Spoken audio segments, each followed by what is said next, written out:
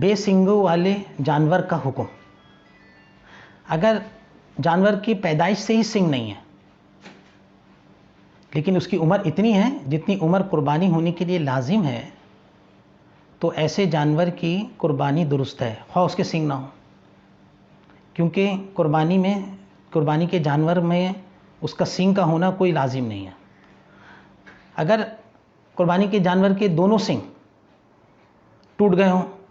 یا ایک سنگ کا کچھ حصہ، خواہ وہ آدھا حصہ ہو یا تہائی حصہ ہو یا اس سے زیادہ ٹوٹ گیا ہو،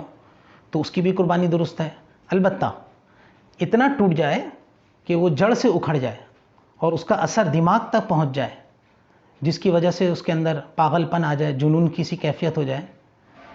یا اس کا گودا نظر آنے لگے یا اس کے سر کی ہڈی نظر آنے لگے، تو ایسے جڑ سے اکھڑے ہوئے سنگ کے جانور کی قربانی درست نہیں۔ آج کل رواج ہے کہ جب سنگ گھس دیتے ہیں یا سنگ اکھڑ دیتے ہیں، مثلا بیل جب بالکل چھوٹا ہوتا ہے تو اس کے جڑ سے سنگیں اکھاڑ دی جاتی ہیں، یا سنگ نکلنے کی جگہ کو داغ کر سنگ نکلنے سے روکا جاتا ہے اور پھر اس کے زخم کو بھر دیا جاتا ہے، علاج کیا جاتا ہے، ٹھیک کیا جاتا ہے، اور محض یہ خوبصورتی کے لیے ہوتا ہے۔ تو اس میں یہ دیکھنا ہوگا کہ اگر اس کے اکھڑنے میں اور اس کے گھسنے میں کوئی زخم اس میں نہیں ہے قربانی کے وقت، تو اس کی قربانی درست ہے۔ اس میں کوئی عیب اگر نہ ہو، عیب پیدا نہ ہو اور کوئی زخم نہ ہو اور اس میں کوئی جنون کی سی کیفیت نہ ہو،